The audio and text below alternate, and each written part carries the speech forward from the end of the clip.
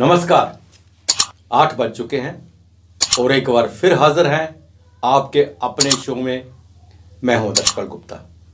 सबसे पहले हम नजर डालते हैं आज के समाचारों पर। कल विपक्षी दलों द्वारा बैठक की गई थी जिसमें 10 अक्टूबर को धरना देने की बात की गई थी। इस पर रविंदर रैना व अन्य भाजपा नेताओं ने प्रेस कॉन्फ्रेंस कर कहा कि जब जम्मू कश्मीर मुश्किल हालात में था तब ये विपक्षी दल कहां थे।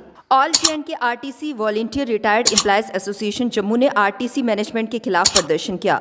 उन्होंने कहा कि कमेटी ने कहा कि उनकी कोई लायबिलिटी नहीं है, ये फैसला सरासर गलत है। पीएचई डेली वेजेस का प्रदर्शन आज भी जारी रहा। उन्होंने कहा कि डिवकॉम जम्मू ने हमें आश्वासन दिया था कि आपकी एलजी से बात करवाई जाएगी, लेकिन डिवकॉम के कहने के बावजूद भी एलजी ने हमसे मिलना गवारा नहीं समझा। उन्होंने कहा कि उनकी तो एक ही मांग थी, वो थी रेगुलराइजेशन पॉलिसी। इसी को लेकर उन्होंने प्रदर्शन के माध्यम से अपनी बात रखी। जल विभाग, flood control, irrigation department, R and B contractors association ने साझा तौर पर अपनी बात रखते हुए कहा कि 2018-19 में उन्हें लैंग्वेजिंग प्रोजेक्ट पर काम दिया गया था, जो समय पर उन्होंने पूरा भी कर दिया, पर सरकार ने अभी तक जो उनकी पेंडिंग पेमेंट्स हैं वो नहीं दी। इसी बात को लेकर उन्होंने अपनी बात रखी। सुरक्षा बलों और आतंकियों के बीच मुठभेड़ जारी है। सुरक्षा बलों ने उन्हें चारों तरफ से घेर लिया है। बाकी की खबर प्रतीक्षारत है।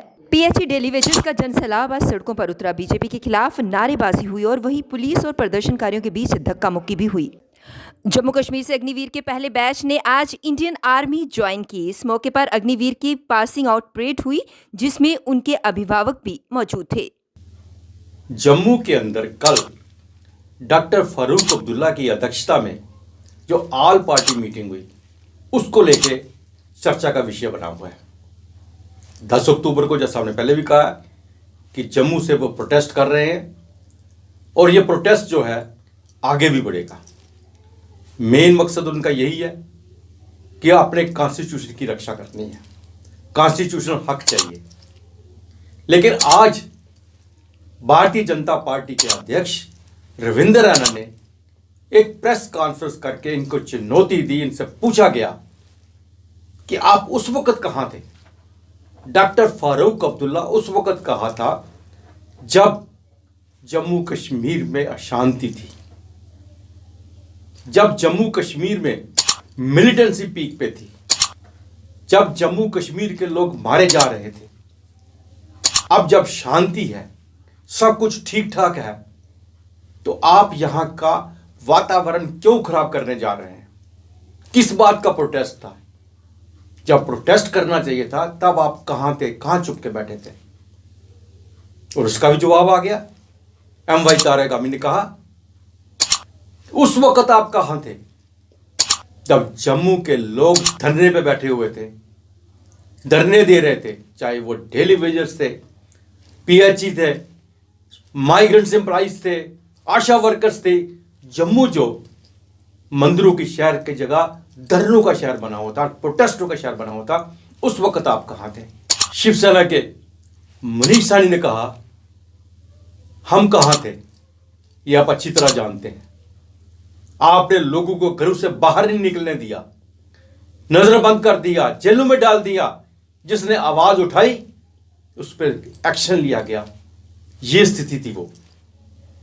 आप सामने आ गए हैं, अब जंग का ऐलान हो गया है। और सबसे बड़ी बात है कि जम्मू के लोगों ने आपको झोलियां भर भर के वोट दिए थे, आपसे बहुत आशाएं लगाई हुई थी। तब आप कहे थे जब आपकी जरूरत थी, जब आपकी जरूरत थी टोल प्लाजा पे, जब आपकी जरूरत थी स्मार्ट मीटर के लिए, जब आपकी जरूरत है प्रॉपर्टी टैक्स के लिए, आपके फवाड़े, वो कुल्हाड़ियां, वो सब चीजें कहां चलेगी जो टोल प्लाजा को उस वक्त उखाड़ने में सामने आई थी जब आप सत्ता में नहीं थे। तो ये एक दूसरे पे आरोप लग रहे हैं। अब 10 अक्टूबर के बाद ये युद्ध और कितना आगे बढ़ेगा, इस पे भी हम चर्चा बाद में करेंगे। लेकिन इस वक्त जो दूसरी सबसे बड़ी खबर जो है जम्मू के अंदर की, वह है जम्मू आरटीओ ऑफिस से। जम्मू आरटीओ ऑफिस में इतनी बड़ी धांधली हो रही है और सबके आंखों के सामने है, कुछ छुप के नहीं। और प्रशासन खामोश बैठा हुआ है, कोई एक्शन नहीं ले रहा। 40,000 ड्राइविंग लाइसेंस पेंडिंग पड़े हुए, उनके प्रिंट नहीं निकल रहे।